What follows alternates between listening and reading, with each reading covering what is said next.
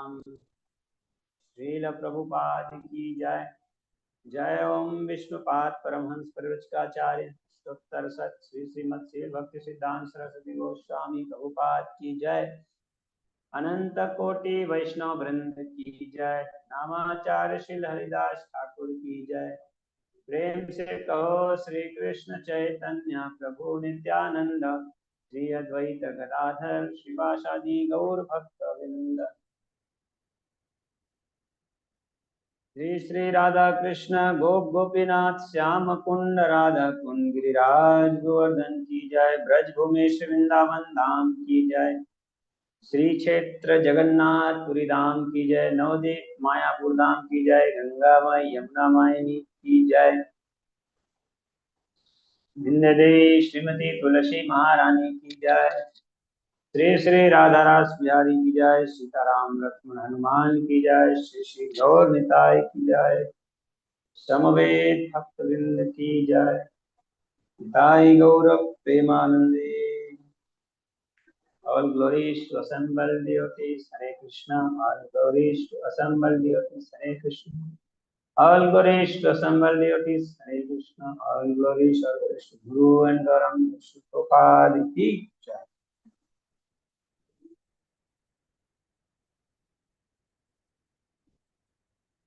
हरे कृष्ण। भी हाथ जोड़िए। ओम नमो भगवते वासुदेवाय।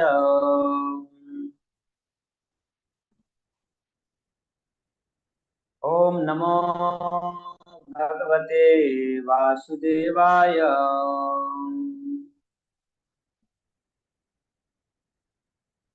ओम नमो भगवते वासुदेवाय।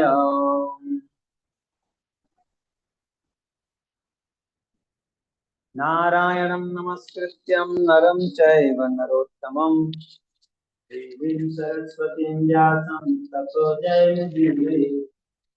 नष्टप्रायेषु भद्रेषु नित्यं भागवत सेवया, भगवती उत्तमश्लोके भक्तिर्भवति नैष्ठिकी। कृष्णाय वासुदेवाय देवकीनन्दनाय च नन्दगोपकुमाराय गोविन्दाय नमो नमः। नमः पंकजनाभाय नमः पंकजमूलिने नमः पंकजनेत्राय नमस्ते पंकजाङ्घ्रे।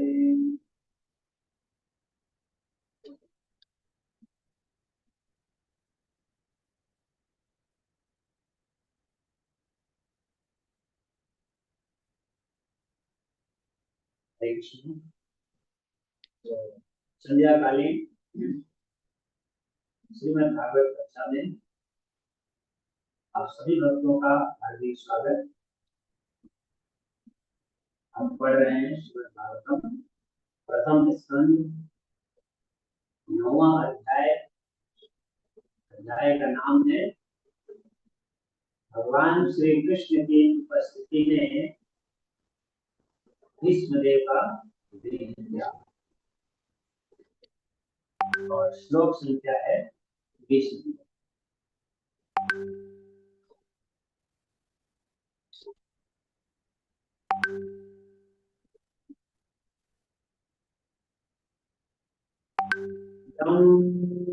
जसे मातुलेयं प्रियं मित्रं सुहृत्तमम् अकरोह सचिवं दूतं सौहृदारथ सारथिम्। यं मन्यसे मातुलेयं प्रियं मित्रं सुहृत्तमम् अकरोह सचिवं दूतं सौहृदारथ सारथिम्। यं मन्यसे मातुलेयं प्रियं मित्रं सुहृत्तमम् अकरोः सचिवं दूतम् सोऽहृदादथ सारथिम्। मुझे कोई भक्त है उच्चारण करना चाहते हैं तो उच्चारण।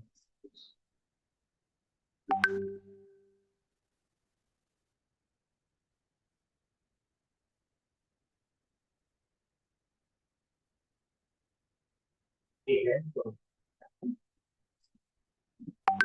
हरे कृष्णा प्रभु जी। यम मन्यसे मातुलेयम प्रियम मित्रम सुहृत्तमम् अकरोः सचिवं दूतं सहृदा तथ सारथिम्। हरे कृष्ण।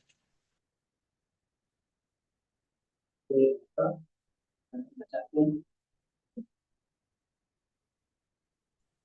यं मन्यसे मातुलेयं प्रियं मित्रं सुहृत्तमम् अकरो सचिवं दूतं सौहृदा दत्त सारथिम्। हरे कृष्णा।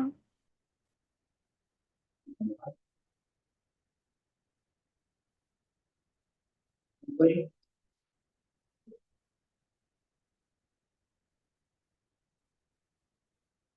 सदा हरे कृष्ण प्रभु जी प्रणाम। या मन्यसे मातुल्यं प्रियं मित्रं पूयतमम् अकरो सचिवं दूतं सुहृदादत्। सदा यम व्यक्ति मन्यसे सोचते हो मातुलेयम मेरे भाई को तो प्रियम अत्यंत प्रिय भिन्नम मित्रम मित्र सुहृत्तमम अत्यधिक हितैषी अकरोह किया गया सचिवम मंत्री दूतम सौहृदा शुभकामना से अथ तत्पश्चात सारथी अनुमान और तात्पर्य कृष्ण वेदांत स्वामी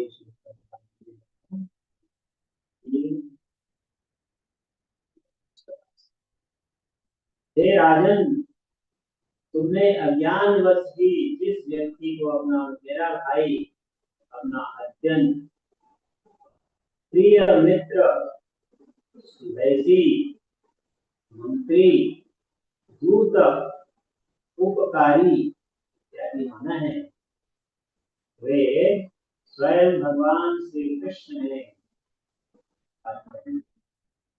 श्री कृष्ण यद्यपि पांडवों के मेरे भाई मित्र ऐसे दूत भाई आदि बने हुए थे तो भी वे थे तो पूर्ण पुरुषोत्तम भगवान ही।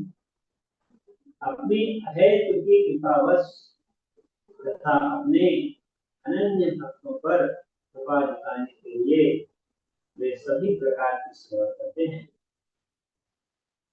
लेकिन इसका अर्थ यह नहीं लगाना चाहिए कि उन्होंने परम पुरुष के रूप में अपना पद कर लिया। उन्हें सामान्य पुरुष के रूप में सोचना सबसे बड़ी मूर्खता है। ओम ज्ञानतिमिरान्धस्य ज्ञानाञ्जनशलाकया चक्षुः उन्मीलितं येन तस्मै श्रीगुरुवे नमः। श्रीचैतन्यमनोभीष्टं स्थापितं येन भूतले स्वयं रूपकदा ददाति स्वपदान्तिकम्। वन्देऽहं श्रीगुरो श्रीयुतापदकमलं श्रीगुरून् वैष्णवांश्च श्रीरूपं साग्रजातं सहगणा रघुनाथं तं सजीवं साद्वैतं सावधूतं परिजनसहितं कृष्णचैतन्यदेवं श्रीराधा कृष्णपादान् सहगण ललिता श्रीविशाखान्वितान् नमो विष्णुपादाय कृष्णप्रेष्ठाय भूतले श्रीमते भक्तिवेदांत स्वामिनिधि नामिने। नमस्ते सारस्वते देवे गौरवाणी प्रचारिणे निर्विशेष शून्यवादी पाश्चात्य देशकारिणे। नमो महावदन्याय कृष्ण प्रेम प्रदायते कृष्णाय कृष्ण चैतन्य नामिने गौरतनिषे।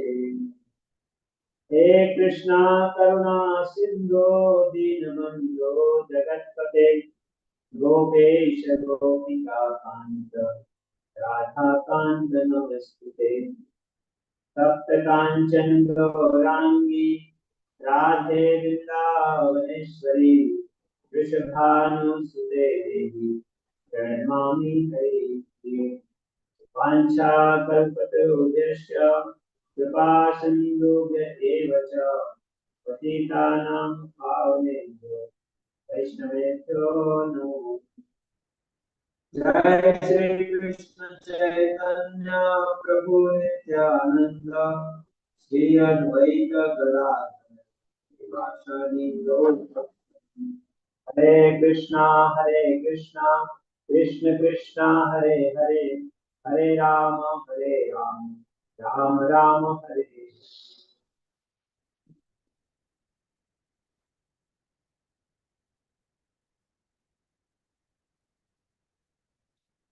हरे कृष्ण।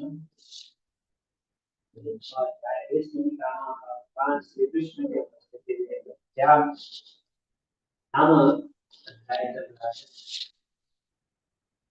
और बहुत ही बड़ी शिक्षा भीष्म पितामह से हम बहुत बड़ी, छोटी मोटी नहीं, बहुत बड़ी शिक्षा हम प्राप्त कर रहे हैं कि हमें भी किस प्रकार देह त्याग करने की कला सीखनी चाहिए या तैयारी करना चाहिए। क्या कला सीख रहे हैं, क्या कला सीखना है कि भीष्म पितामह किस तरह वो भगवान श्री कृष्ण के गुणों को गाते हुए, भगवान श्री कृष्ण के स्वरूप का दर्शन करते हुए वो अंतिम क्षण में जब वो आनों की सैया पर लेटे हुए हैं,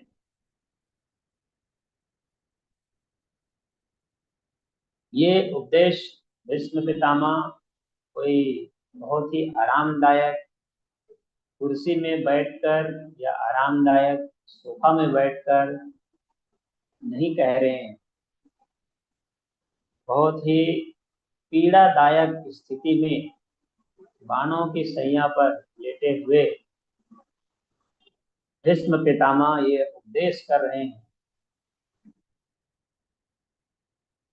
लेकिन ऐसी पीड़ादायक स्थिति में भी, ऐसी दयनीय स्थिति में भी भीष्म पितामह भगवान के विषय में बोल रहे हैं, स्मरण कर रहे हैं। ये उनकी महानता है। उनसे हमको भी अत्यधिक अति बेहतर, बहुत ही अच्छा हमको शिक्षा मिला है भीष्म पितामह से। हो सके चलिए हम जब देह त्याग करेंगे तो हम बाणों की सैया पर ना लेटे रहेंगे। हमारे साथ ऐसा जहाँ नहीं होगा। हम बाणों के सैया पर भले नहीं लेटे रहेंगे, अपना देह त्याग करेंगे, लेकिन ऐसा वर्णन है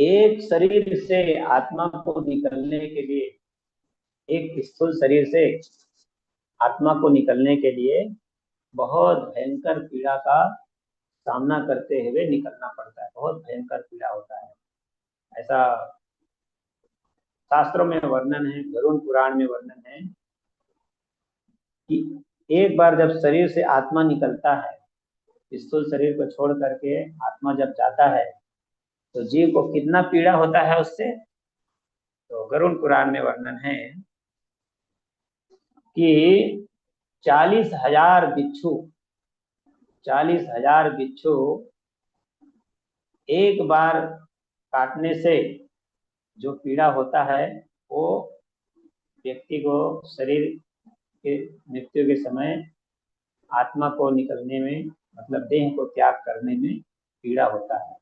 40,000 बिच्छू एक साथ जो काटेगा उससे, एक बिच्छू अगर व्यक्ति को काट लेता है, कभी डंक मार देता है, इतना बेचैन रहता है उसका 24 घंटा, कितना कितना घंटा रहता है, 24 घंटा शायद 24 घंटा उसका जहर का प्रभाव रहता है। आदमी बहुत छटपटाते रहता है, मैंने देखा है, मैंने अपने आंखों से देखा है और बहुत लोग को देखा है।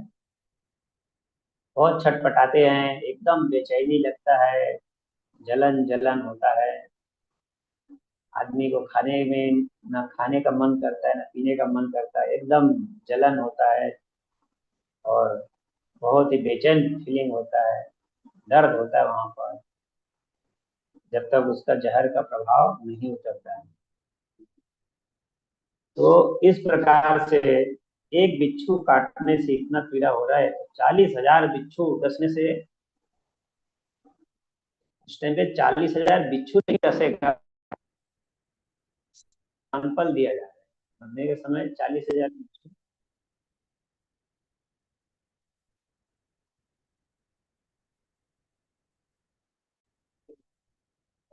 है, उसका एक कंपेयर किया जा रहा है कि आत्मा जब शरीर से निकलता है तो 40,000 बिच्छू काटने में जितना पीड़ा होता है उतना पीड़ा एक शरीर को त्यागने में।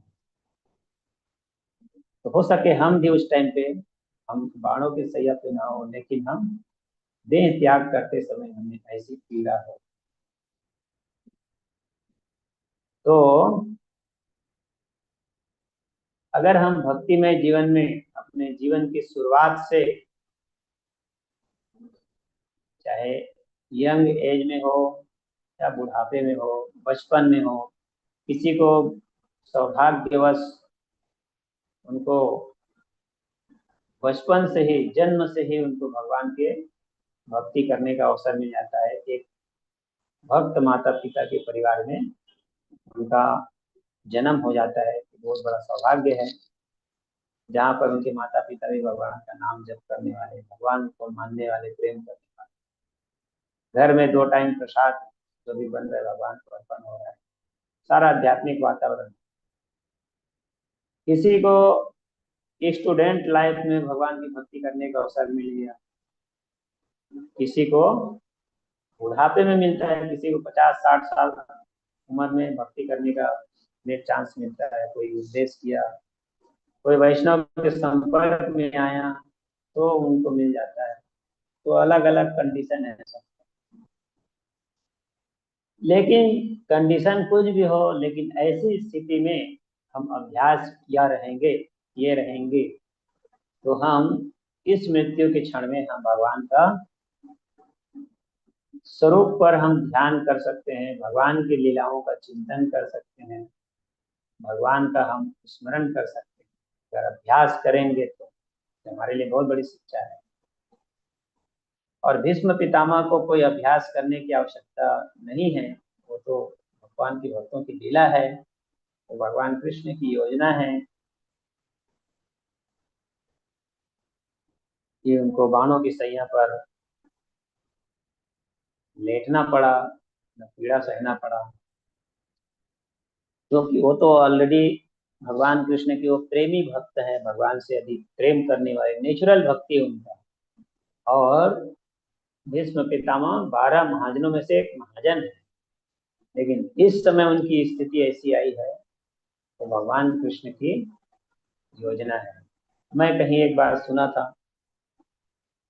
पढ़ा तो नहीं है, मैं किसी वैष्णव से सुना था, पढ़ा नहीं है कहाँ पर लिखा है शास्त्र में, पर सुना है भीष्म पितामह को बाणों के सैया पर क्यों लेटना पड़ा। तो एक वैष्णव बता रहे थे कि भीष्म पितामह ही भगवान कृष्ण से पूछते हैं कि प्रभु मैं तो आपकी भक्ति करता हूँ, मैं तो आपकी भक्ति करता हूँ, लेकिन मुझे इतना पीड़ा सहना पड़ रहा है, बाणों की सैया पर मैं सोया हूँ। ऐसे मैंने क्या किया जिसकी वजह से मुझे इतना तकलीफ हो रहा है। तो भीष्म पितामह की हिस्ट्री भगवान कृष्ण बताते हैं कि देखो भीष्म, तुम पूर्व जन्म में एक राजा थे, अभी तो आप एक राजकुमार हो, लेकिन पूर्व जन्म में आप एक राजा थे और एक रास्ते से आप गुजर रहे थे। जब रास्ते से आप गुजर रहे थे तो आपके रास्ते पर एक सर्प था, रास्ते पर एक सर्प था। उस सर्प को आपने क्या किए, अपने बाणों के नोक से, बाणों के नोक से नहीं, धनुष के नोक से उठाए और उठा करके उनको रास्ते से उठा करके दूर कहीं उनको फेंक दिए। और वो सर्प जा करके किसमें गिरा, एक कांटे पर गिरा, जिसमें नुकीला नुकीला कांटा था, उस कांटे पर जा करके गिरा। और उस कांटे पर उस सर्प का गिरने से उस सर्प को इतना पीड़ा हुआ, उसका पूरा शरीर, जगह जगह उसके शरीर पूरा कांटों से एकदम भीग गया और वो सर्प जो है वहां से निकल नहीं सका। वो सर्प वहां से निकल नहीं सका कांटों से ढीले होने के कारण, और उसी पीड़ा में उस सर्प ने अपना प्राण त्याग दिया। तो ये भीष्म पितामह का पूर्व कर्म ऐसा था, जिसके वजह से आपको ये, उसके कर्म चुकाने के लिए आपको ये पीड़ा सहनी पड़ रही है। इससे हमको बहुत बड़ी शिक्षा है। किसी भी व्यक्ति को, चाहे भक्त हो अभक्त हो, किसी भी जीव को हमें पीड़ा नहीं पहुंचाना चाहिए। किसी भी, कोई भी प्राणी हो, चाहे पशु हो पक्षी हो, कोई भी जीव, सभी भगवान के अंश हैं, उन्हें कभी भी मारना नहीं चाहिए। जीव को कोई प्रकार से कष्ट नहीं पहुंचाना चाहिए, तो उसका कर्म बंधन चुकाना पड़ता है। जानबूझ करके नहीं करना चाहिए, जानबूझ कर, अनजाने में पांव लग गया, दब गया, मर गया, फिर भी हमें पश्चाताप करना चाहिए कि मेरे से गलती हो गया, भगवान क्षमा चाहता हूँ। लेकिन जानबूझ करके व्यक्ति को नहीं करना चाहिए इस तरह से पाप, नहीं तो इस प्रकार से हमें सब कर्म बंधन चुकाना पड़ता है। तो भीष्म पितामह से हम बहुत बड़ी शिक्षा ले सकते हैं कि कैसे हम अपने आप को मृत्यु के समय अपने आप को तैयार करें, हम कैसे भगवान का स्मरण करते हुए हम अपने देह को त्याग करें। और वास्तव में देह त्याग मतलब यही है। देह त्याग मतलब ये नहीं है अभ्यास नहीं किया तो वही संपत्ति का याद आएगा, अभ्यास नहीं रहेगा तो मृत्यु के समय मम्मी को बुलाएंगे, पापा को बुलाएंगे, पापा को बुलाओ थोड़ा एक बार आखिरी बार देख लो, बच्चों को बुलाओ, जिसके प्रति हम आसक्त है उनको उनको हम बुलाएंगे, उनको बुला लो, आखिरी बार एक बार दर्शन कर लो, देख लो। ये सब जो है भौतिक आसक्ति। अभ्यास रहेगा तो हम अंतिम समय में कृष्ण को देखने का हम इच्छा रखेंगे, कृष्ण के स्वरूप का दर्शन करने का। हो सके बाह्य रूप से हमारे समक्ष भगवान हमको प्रकट हमारे दृष्टिकोण में ना दिखे, लेकिन हम अपने मन में उनका स्मरण कर सकते हैं, उनके रूप की, उनकी छवि की, उनकी लीला, उनके गुण, उनके धाम, इसका स्मरण कर सकते हैं। भगवान के रूप से अभिन्न उनके लीला है, उनकी लीला उनके नाम भगवान के रूप से अभिन्न है, तो हम उनका स्मरण कर सकते हैं, अभ्यास किए रहे हैं। तो अभ्यास हर किसी व्यक्ति को करना चाहिए, न कि हमें सांसारिक चीजों पर हमें ध्यान लगाना चाहिए। और जो व्यक्ति इस तरह के ध्यान लगा लिया, ध्यान लगाने में सक्षम हो गया, पास हो गया, उसने अपने जिंदगी की सारी परीक्षा को पार कर दिया। पास हो गया है। यही हमारी जीवन भर हमने क्या किया उसका उत्तीर्ण होने का प्रमाण है कि हमने जीवन के अंत में नारायण का स्मरण कर लिया। तो उसके लिए हमको अभ्यास करना होगा कि हम प्रतिदिन श्रीमद् भागवतम पढ़ें, भगवान के स्वरूप को निहारे निहारे दर्शन करें, उनकी अनेक लीलाओं को चिंतन करें, चिंतन मनन करना चाहिए, स्मरण करना चाहिए। सोते समय, खाते समय, कार्य करते समय भगवान का दर्शन, हम मंदिर में भगवान का दर्शन करें और साथ साथ मोबाइल में भी भगवान का दर्शन करें। भगवान का दर्शन सब जगह करना चाहिए, सिर्फ मंदिर में नहीं, सिर्फ मंदिर में नहीं करते हैं, सिर्फ मंदिर में ही करें ऐसा नहीं है, मोबाइल में भी करना चाहिए। मोबाइल में भी हमें भगवान का दर्शन करना चाहिए। मोबाइल में व्यर्थ की फालतू चीजों को ना देखें, क्योंकि जो हम देखते हैं, जो सुनते हैं, वही हमारे हृदय में छाप पड़ जाता है, वो हमारे मति को भ्रमित करता है, दूसरी ओर ले जाता है बहा करके। तो हमें अपने मन में हर समय, खाते सोते जागते, सब समय भगवान का नाम रूप गुण लीला धाम का चिंतन करने का, मनन करने का अभ्यास करना चाहिए। जो हम सुनते हैं प्रतिदिन, जो हम पढ़ते हैं, उसका हमें अभ्यास करना चाहिए, मनन करने का। श्रील प्रभुपाद जी कहा करते थे कि हमें प्रतिदिन सोते समय कृष्ण लीला पढ़ना चाहिए, कृष्णा बुक पढ़ना चाहिए। प्रतिदिन कृष्ण बुक पढ़ना चाहिए, कृष्ण बुक पढ़ के सोना चाहिए। इससे व्यक्ति का चेतना शुद्ध रहता है और भगवान का स्मरण करने में हमें थोड़ा सहायता मिलती है। तो ये अपने आप को हम इस प्रकार से तैयार करने के लिए हम अभी से, जो चाहे कोई किसी भी उम्र में हो, तो चाहे 10 साल का बालक हो, चाहे वो 25 साल का स्टूडेंट हो, चाहे वो 65 साल का कोई बुजुर्ग हो, जो जिस स्थिति में है उस स्थिति में अपने आप को तैयार करें।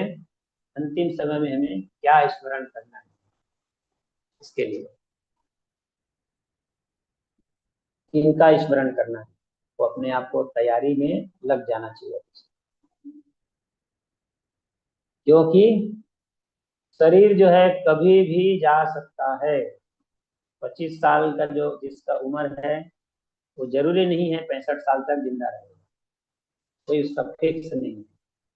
वो 27 साल की उम्र में भी जा सकता है। जो 10 साल का उम्र है जिसका, वो जरूरी नहीं है कि वो 50 साल की उम्र में जाए, वो 35 साल की उम्र में भी जा सकता है। तो इस भौतिक जगत में किसी भी व्यक्ति का, वो चाहे मनुष्य का शरीर हो, चाहे पशु का शरीर हो, कोई भी जीव जंतु का शरीर, शरीर शरीर है और सबका शरीर टेम्पोरेरी है, और वो शरीर कभी भी जा सकता है। उसका कोई फिक्स गारंटी नहीं कितना साल तक जिंदा रहेगा। इसलिए हमें भीष्म पितामह की देह त्याग से शिक्षा मिलती है कि हम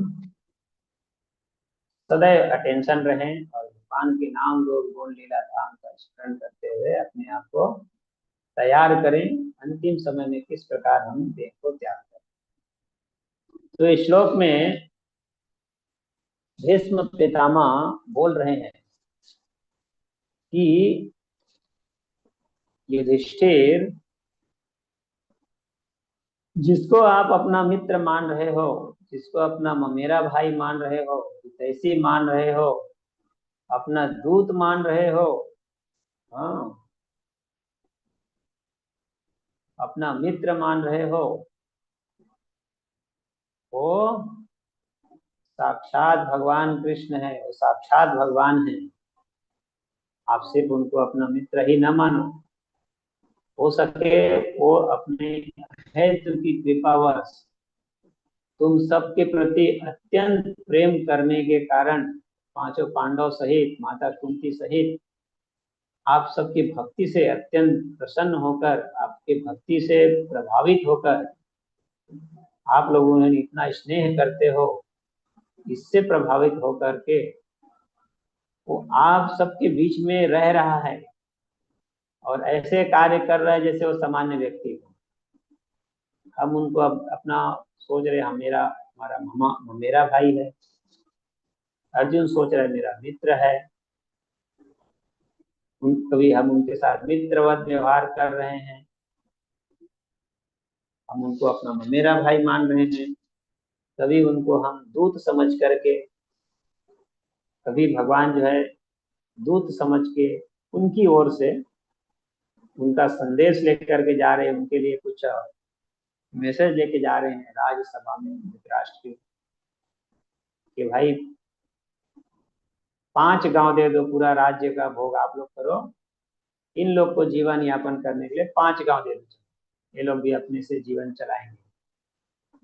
ये प्रस्ताव लेकर के भगवान जाते हैं महाराज धृतराष्ट्र के राज्यसभा में। आप लोग उनको अपना हितैषी मान रहे हो, ठीक है, ये सब ठीक है, लेकिन वो साक्षात भगवान हैं। तो वास्तव में भगवान के हृदय में तब पता चलता है व्यक्ति को। हम आप सब उदाहरण, हम इस कहानी से, इस लीला से प्रैक्टिकल सीख सकते हैं।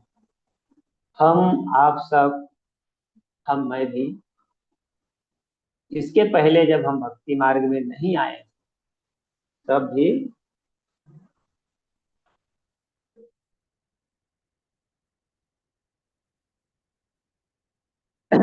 हम भगवान कृष्ण की पूजा करते थे, हम कभी प्रणाम भी कर लेते थे, कभी उपवास भी रखते थे, जो भी है, लेकिन तत्वतः नहीं जानते थे।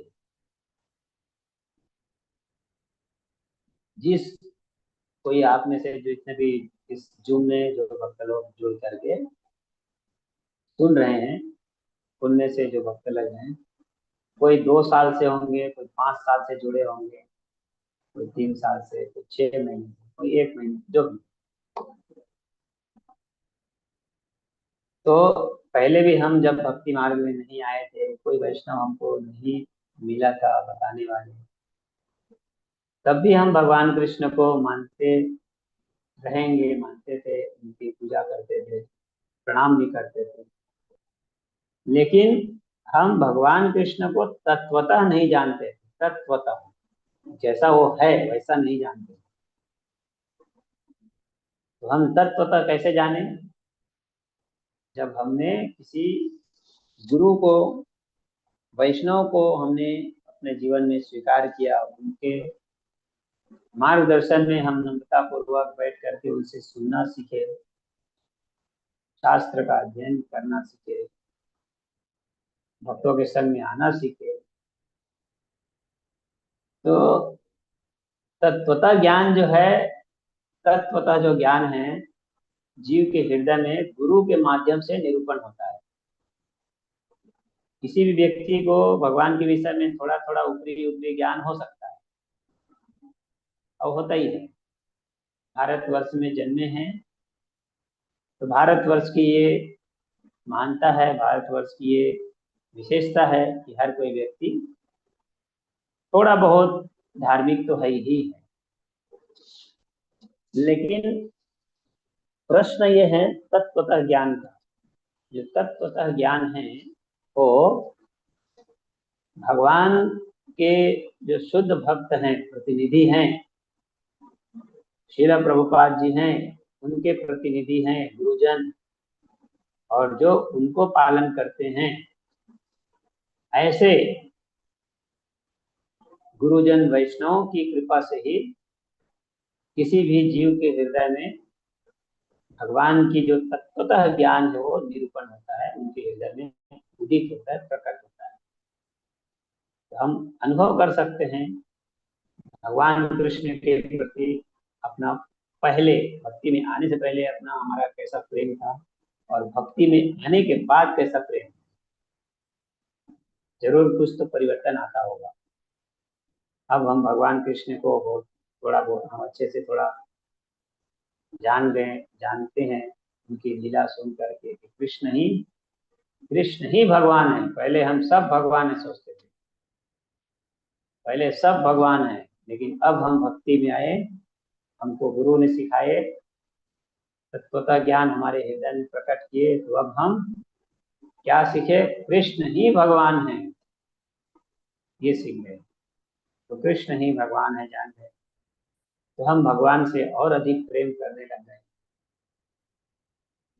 हम बड़े चाव से, बड़े प्रेम से उनकी कथा सुनने के लिए आते हैं, उनकी महिमा को पढ़ते हैं, बड़े प्रेम से उनके लिए हम भगवान के लिए भोग बनाते हैं। पहले कोई भोग नहीं लगाते थे, भोग कैसे लगाना है वो भी जानते ही नहीं, या भगवान खाते भी हैं वो भी पता ही नहीं था, भगवान खाते भी हैं करके वो भी पता नहीं था। भोग बनाना तो बहुत दूर की बात है, भगवान खाते भी हैं क्या वो भी जानकारी। तो ये XYZ, ये सारे जो ज्ञान है, ये तत्वता जो ज्ञान है भगवान के प्रति हमारा एक संबंध जो है, एक गुरु की कृपा से हमारे हृदय में निरूपण हुआ है। अन्यथा अगर व्यक्ति बिना गुरु के कृपा के बिना हमको तत्वता जो ज्ञान है, तत्वता ज्ञान का बात हो रहा है, वो कभी भी हमको जानकारी नहीं है बिना गुरु की कृपा के। थोड़ा बहुत ज्ञान हो जाएगा, लेकिन जो सही बात तत्वता जो ज्ञान है, भगवान जिस तरह है वैसा वो गुरु की कृपा से ही संभव होता है।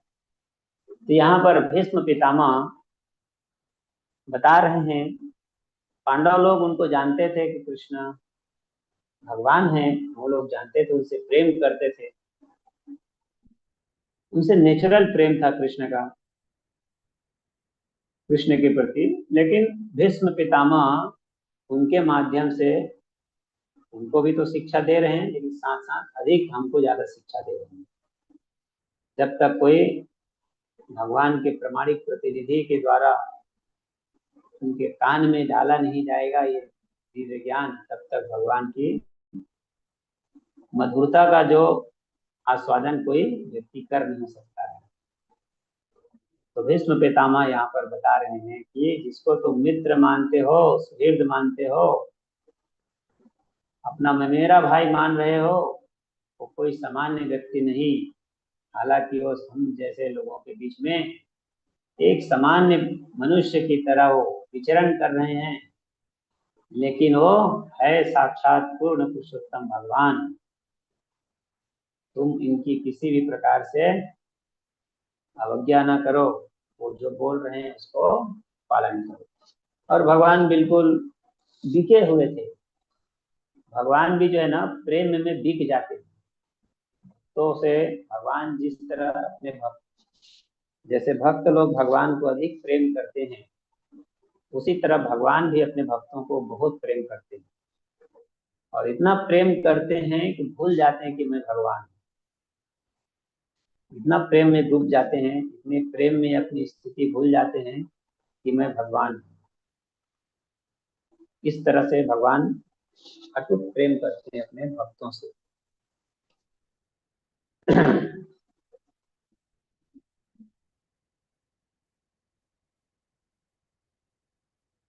तो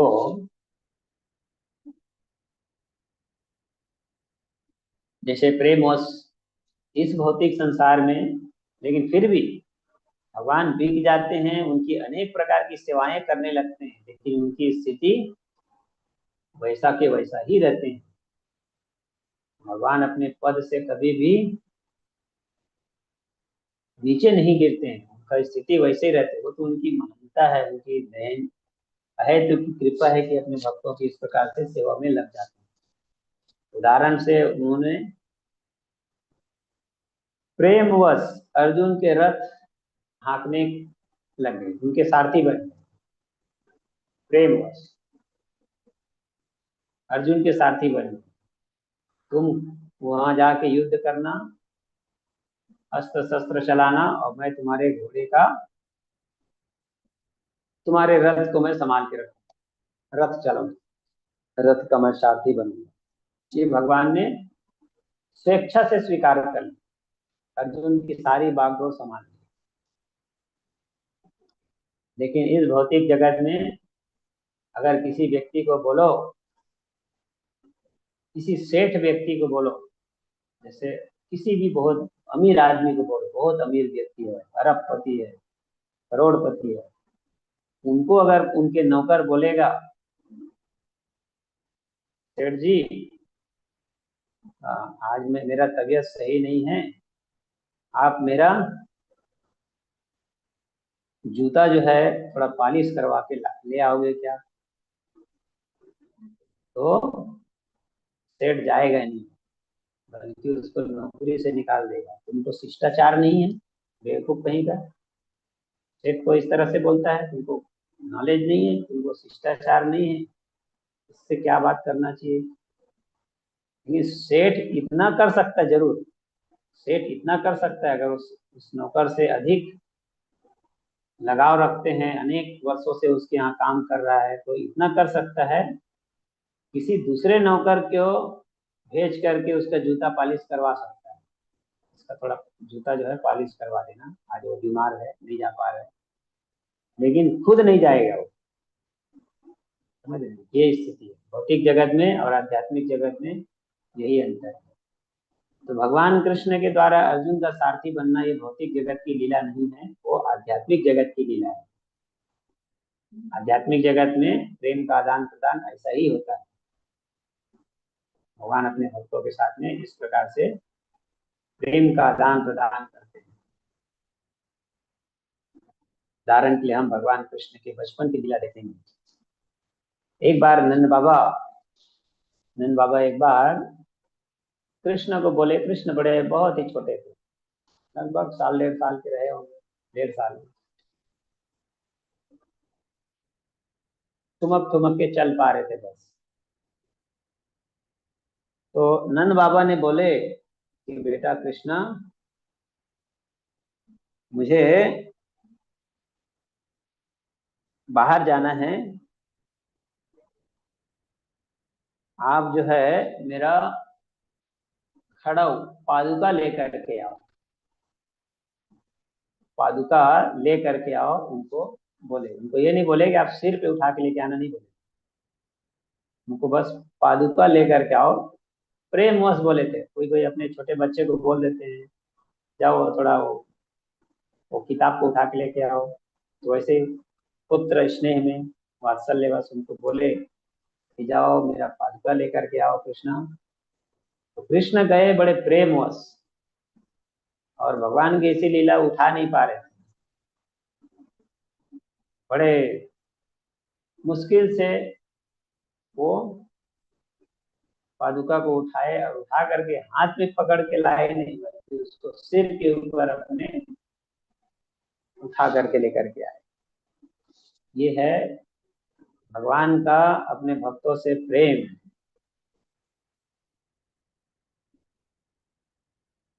भगवान के प्रति बड़े स्नेह करने के कारण भगवान इस प्रकार से लीला करते, लेकिन उनका पद वैसा ही रहता है, अपने पद से भगवान नीचे नहीं। उसी प्रकार भगवान उनके सारथी बनना पसंद किए, स्वीकार किए। और जब राजस्व यज्ञ हो रहा था, तो भगवान जो है, आप देखेंगे, मेहमानों का, आगंतुकों का चरण धो रहे थे। सभी आने वाले मेहमानों का भगवान चरण धो रहे थे, और जब उनको भोजन खिला रहे थे, तो भोजन खाने के बाद उनका पत्तल भी उठा रहे थे, उनका पत्तल भी उठा रहे थे। भगवान इतने उनके प्रेम में बिक चुके थे, उनको पता नहीं था कि मैं क्या कर, इतने उनके प्रेम में भगवान बिक चुके थे, और उनकी प्रेम पूर्वक सेवा करते। पांडवों से अत्यंत प्रेम करते थे भगवान कृष्ण। तो भगवान जो है पत्तल उठाते थे, वो कभी कभी अपने आप को पत्तल उठाते समय अपने आप को हजारों रूप में विस्तारित कर लेते, हजारों रूप में विस्तारित करते और सबका पत्तल उठा लेते।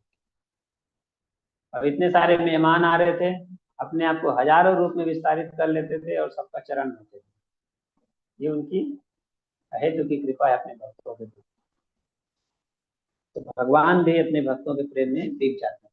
इसलिए भगवान कहते हैं, मैं किसी व्यक्ति को मुक्ति दे सकता हूँ, मुक्ति दे देता हूँ, लेकिन भक्ति नहीं देता हूँ।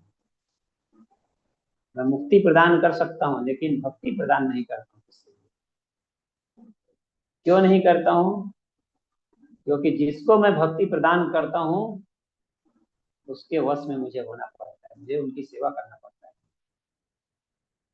मैं मुक्ति दे देता हूँ लेकिन भक्ति मैं सबको नहीं देता, क्योंकि मुझे उनकी पर्सनल सेवा करना पड़ता है। और भगवान किसी ऐसे वैसे भक्त की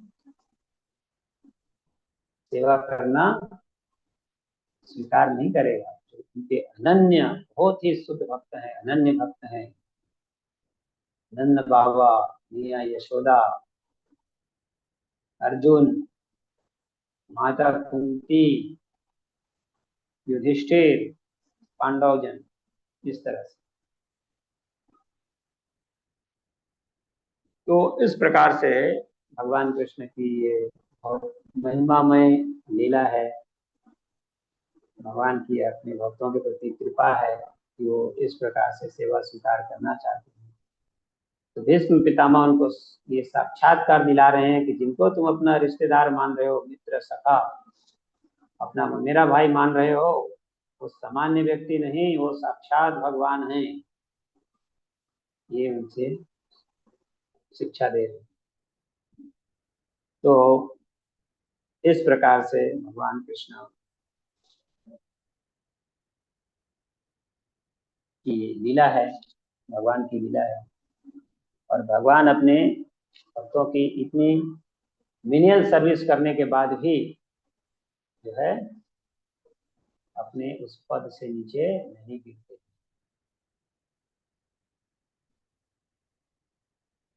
तो ये भगवान की महानता है। तो बहुत सुंदर लीला है। राजस्व यज्ञ में महाराज युधिष्ठिर राजस्व यज्ञ क्यों किए थे, उसका रीजन था। इस भौतिक जगत में आदमी कोई कार्य करता है, कोई भी कार्य करता है, उसके पीछे रीजन रहता है प्रसिद्धि। ये कार्य करके मैं फेमस हो जाऊंगा, प्रसिद्ध हो जाऊंगा, आसपास के लोग सब लोग मुझे जानने लगेंगे, सब मुझे पहचानने लगेंगे। जगह जगह पोस्टर टांग देता है, होल्डिंग लगा देता है। एक बर्थडे होता है किसी का, सैकड़ों जगह अपना बड़ा बड़ा होल्डिंग लगा देता है बर्थडे के लिए। लेकिन यहाँ पर राजस्व यज्ञ करने का प्रयोजन क्या था युधिष्ठिर महाराज का? उन्होंने सारे विश्व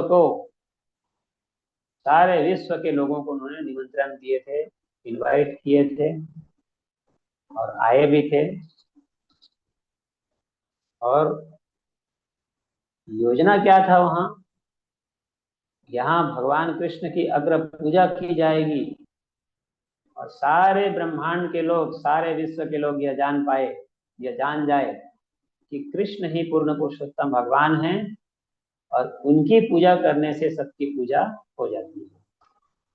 ये उनका निस्वार्थ सेवा, निस्वार्थ उनके ये यज्ञ संपन्न करने का प्रयोजन, और कोई उनका प्रसिद्धि का प्रयोजन नहीं, और उससे वो कुछ लाभ नहीं चाहते, बस कृष्ण को प्रसिद्ध करना चाहते थे और कुछ नहीं चाहते। स्वयं शिला प्रभुपाद जी की भी वैसे ही स्थिति। शिला प्रभुपाद की निस्वार्थ सेवा था, संसार भर के लोग कृष्ण को जान पाए तो कृष्ण पूर्ण पुरुषोत्तम भगवान है, सारे जीव उनके नित्य दास। इस भावना से प्रभुपाद ने संसार भर में प्रचार किया। और यही होना चाहिए। हम कोई भी सेवा करें तो उसके पीछे रीजन यही होना चाहिए, इससे भगवान खुश हो जाए, प्रसन्न, अन्यथा और कोई। ये पांडवों का बड़ा प्रेम था, बहुत ही प्रेमी भक्त थे वो लोग कोई 16 माला नहीं जपते। उनकी माता भीमसेन, अर्जुन, कोई भी 16 माला नहीं जपते। उन लोग का इसलिए नहीं जपते थे क्योंकि वो लोग नेचुरल भक्त है, नेचुरल प्रेम है भगवान के प्रति, उनका नेचुरल आकर्षण है। वो लोग सदैव भगवान के नाम रूप गुण लीला धाम में उनका मन हमेशा निमग्न रहता है, ऐसे नेचुरल भक्त है। हम सब बद्ध जीव हैं, अनंत जन्मों का कर्मों का हमारे पर कर्म बंधन है, बद्ध जीव है। तो हमको शुद्धिकरण प्रक्रिया के लिए हमारे आचार्यों ने हमें प्रतिदिन 16 माला जप करने के लिए ये नियम बनाए हैं। 16 माला रोज करना चाहिए, इससे हमारा हृदय शुद्ध होगा। और हरे कृष्ण जप करना न केवल सिर्फ दैनिक दिनचर्या नहीं है, बल्कि ये भगवान के प्रति एक पुकार है कि भगवान आप हमें अपनी सेवा में लगाइए। तो इस प्रकार से हम भक्ति में बने रहे और ये पांडवों की लीला बहुत ही महत्वपूर्ण है, सुनते रहे। और अपने आप को मैं भी प्रयास कर रहा हूँ, अपने आप को मैं भी इस ऐसा गुरु से, प्रभुपाद जी से, भगवान राधा रास बिहार से प्रार्थना करता हूँ जीवन के अंत में भी भगवान का स्मरण हो। यही हमारा जीवन का साफल्य है। हरे कृष्ण। समय हो चुका, 8:30 हो गया, तो 2-3 मिनट बाकी है। कुछ प्रश्न है किसी भक्तों का तो एक आध तो प्रश्न ले सकते हैं। हरे कृष्ण, बहुत बहुत धन्यवाद।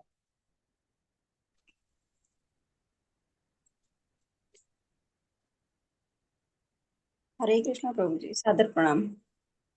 हरे कृष्ण। प्रभु जी, जैसे कि भीष्म पितामह ने वो तो मतलब 12 महाजनों में से एक थे और भगवान की भी बहुत मतलब अम, भक्त, भगवान के बहुत बड़े भक्त थे। पर लेकिन हम तो जैसे कि एक मतलब मैं तो चींटी की भी गिनती नहीं कर सकती। तो ना ही हम इतनी भक्ति करते हैं, ना ही हम मतलब एक बहुत ही गिरे हुए इंसान समझते हैं अपने आप को। तो जो हम पूर्व जन्म मतलब पहले जो हम भक्ति में नहीं आए थे तो हमें तो कुछ पता ही नहीं था, ना ही भोग लगाना, ना ही मतलब पूजा अर्चना करना। हम तो सभी देवी देवताओं को, सबको ही भगवान मानते थे। जैसे जैसे हम कथा सुनते हैं वैसे वैसे हमको पता चलता है कि भोग लगाना है, आरती करनी है, पूजा करनी है, ये सब। पहले तो बस आरती कर ली, पूजा कर, धूपबत्ती जला दी, बस पूजा हो गई। सबका पहले यही था, जब तक जिसको नहीं पता ये जो आपने बताया हाँ आज। जी। तो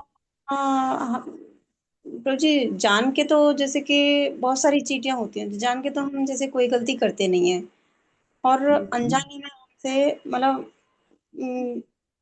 जैसे पाप होते हैं। जब से भक्ति में आए तो जान के जैसे कोई पाप नहीं करने की कोशिश करते हैं, फिर भी पाप होते हैं। तो प्रभु जी, जैसे कि वो तो इतने बड़े भक्त थे, 12 महाजनों में से एक थे। तो उन्होंने तो ये कथा मैंने पहले भी सुनी हुई थी, जैसे कि जो एक सांप था, उन्होंने अपने तीर से उठा के अपने उसको बचाने के लिए ही तो उस पर डाला था, जो वो कांटों पे गिर पड़ा था, तो इसलिए उन्हें बाणसिया जो मिली थी। उनको तो इतने बड़े भक्त होके मिला, पर लेकिन हम तो मतलब एक बहुत यही नहीं पता कि हम कितने पाप कर्म कर चुके हैं, पर उनको फिर ऐसा क्यों मिला। उन्होंने तो रास्ता साफ हटाने के लिए, तो जैसे कि क्यों देखिए, इंसान को बचाने के लिए, किसी के आगे ना आ जाए, उसकी मृत्यु ना हो, इसीलिए तो डाला था। हाँ लेकिन वो कांटे में चला गया था ना। मैं सुना हूँ, मैं पक्का नहीं हो सकता, मैं एक वैष्णव से सुना है ऐसा। वो वो रास्ते से हटाने के लिए किया, लेकिन वो दूर ऐसा झटके थे ना, तो कांटे में जाके गिर गए। जी प्रभु जी, मैं वही कहना चाह रही हूँ। तो उन्होंने जानबूझ के तो नहीं डाला था, मतलब अनजाने में ही जैसे उन्होंने डाला तो वो मतलब कांटों पे चला गया, हाँ गलती से हाँ। ही गया, जानबूझ के नहीं डाला। तो वही मैं कह रही हूँ, वो तो इतने बड़े भक्त थे, फिर भगवान ने उनको मतलब हाँ, वो मतलब आप क्यों साइड मतलब। में साइड में कर देना चाहिए, साइड में कर सकते थे, लेकिन दूर ऐसा फेंकना नहीं चाहिए। जब भी है दोस्त नहीं देख रहे हैं। लेकिन उससे शिक्षा है। देखिए भगवान पता है ना कि भी हम अभी जो पांडवों की इस तरह से उनका उद्देश्य से हम शिक्षा ले रहे हैं, इन सब कार्यों से, ये सब जो बहुत बड़े बड़े शास्त्रों में अनेक ऐसे ऐसे दृष्टांत हैं, उन सब कार्यों से, घटनाओं से भगवान जो है दूसरे जो जीव हैं, बद्ध जीव हैं, उनको शिक्षा देते हैं, उनको उनको शिक्षा देते हैं कि हमें इस तरह से कार्य नहीं करना चाहिए, नहीं तो उसका दंड, उसका कर्म बंधन चुकाना पड़ता है। उनके माध्यम, उनको रोल प्ले कराते हैं उनके माध्यम से। भगवान की ऐसी योजना को बताया नहीं कि कोई भी नहीं जान सकता, समझ नहीं पाता ठीक ठीक। तो उदाहरण के लिए जो महाराज भरत थे, जड़ भरत, जी महाराज जड़ भरत जो है वो बड़े प्रेमी भक्त थे, भगवान के भाव के स्तर पे थे। बहुत ही कम आयु में अपना घर छोड़ करके वो चले गए थे, बहुत कम आयु में, अपना साम्राज्य, अपने परिवार को छोड़ करके चले गए थे भगवान का भजन करने। लेकिन एक हिरण में वो आसक्त हो गए, और हिरण में आसक्त होकर के वो हिरण का स्मरण किया, तो उससे भगवान जो है उनके माध्यम से सभी योगियों को, सभी भक्तों को, जो भक्ति मार्ग में लगे हैं, उनको शिक्षा दे रहे हैं, त्यागियों को, कि आपने संसार का हर वस्तु त्याग किया है, अपनी संपत्ति का, अपने सारे डिग्री डिप्लोमा का सब त्याग किए, परिजनों को त्याग किए, मान सम्मान त्याग किए, पढ़ाई लिखाई त्याग किए, स्त्री का त्याग किए, सब कुछ त्याग किया, और उधर से उधर त्याग किया, इधर आकर के हमको किसी चीज में आसक्त नहीं होना चाहिए। हमें भगवान का ही स्मरण करना चाहिए, अटेंशन रहना चाहिए, भगवान के ही नाम रूप गुण लीला धाम के विषय में सुनना चाहिए, अन्यथा अन्य चीजों के प्रति हमें आसक्त नहीं होना चाहिए, उसमें कर्ता भाव नहीं होना चाहिए। ये उनके माध्यम से शिक्षा है, महाराज भरत के माध्यम से ये शिक्षा दिलाते हैं जो त्यागी लोग हैं, और जो त्यागी नहीं है, जो अपने घर गृहस्थी में रहते हैं, उनको भी, कि हमें कैसे भगवान से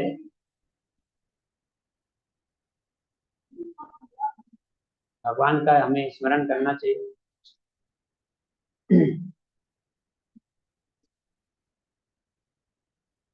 भगवान का हमें कैसे स्मरण करना चाहिए, हमें अनासक्त होकर के, हमें दूसरे किसी चीज में अनासक्त आसक्त नहीं होना चाहिए, उनके माध्यम से शिक्षा देते हैं।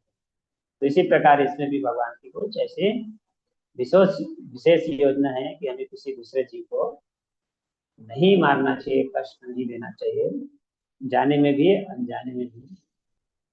और जो अनजाने में पहले हो गया, जो भी पाप कर्म हो गया, अब हम भक्ति में आए हैं, जान गए हैं, तो उसका हम पश्चाताप करें, और दोबारा से पाप ना करने के लिए, दोबारा से पाप ना करें, और पाप ना हो इसके लिए अटेंशन रह के हम भक्ति में आगे बढ़े। पहले क्या हो गया, प्रभुपाद जी बोलते थे, पहले क्या हुआ, क्या किया, उस पर हमें इतना ध्यान नहीं देना, बस उसका हमें पश्चाताप करना चाहिए, और आगे अभी क्या करना है उस पर ज्यादा फोकस करना चाहिए। ठीक है माता जी।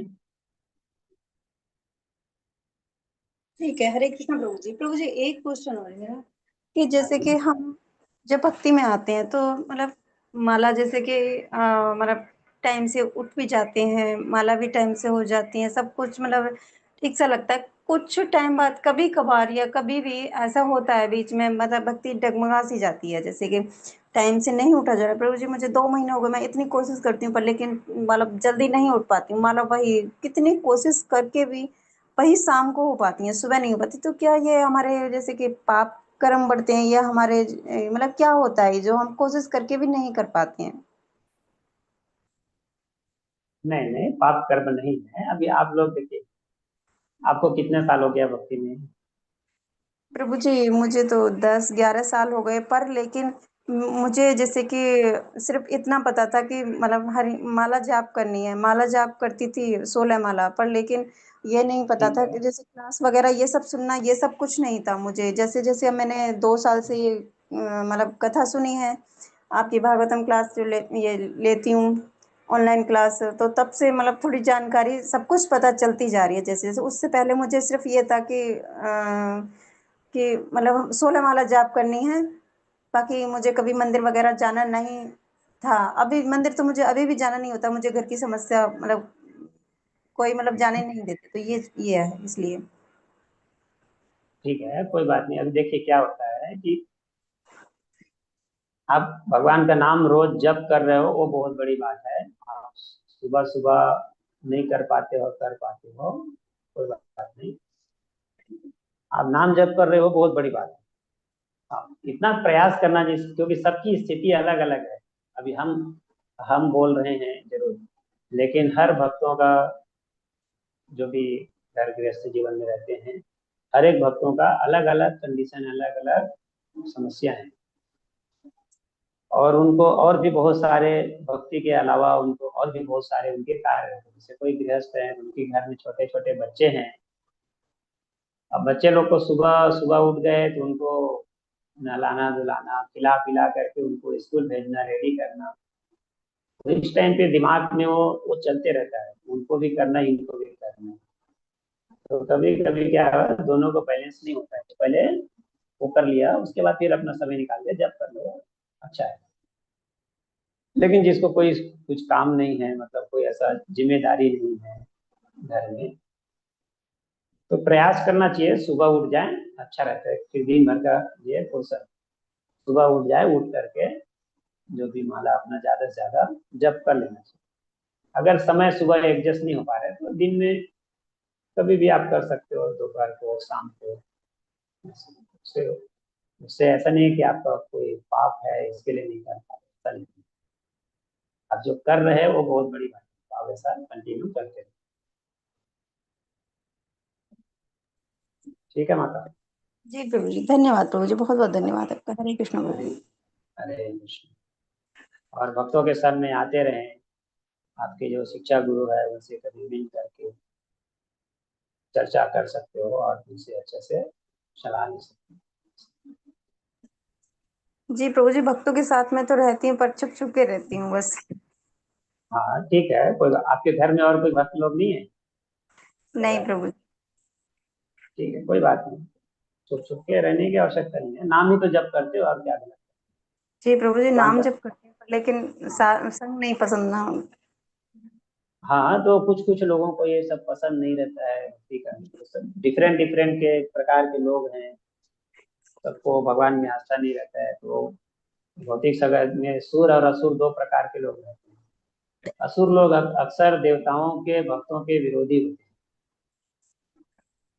ये हमें जान करके, ये आज से नहीं है, ये सृष्टि के शुरुआत से है।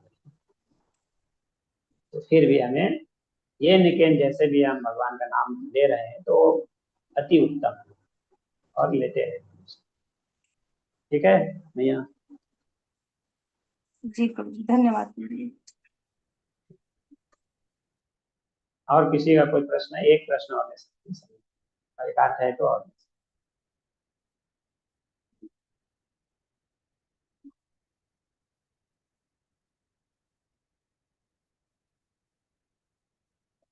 ठीक है, तो कोई प्रश्न नहीं है और कुछ भक्तों का, यहीं पर हम रुकेंगे।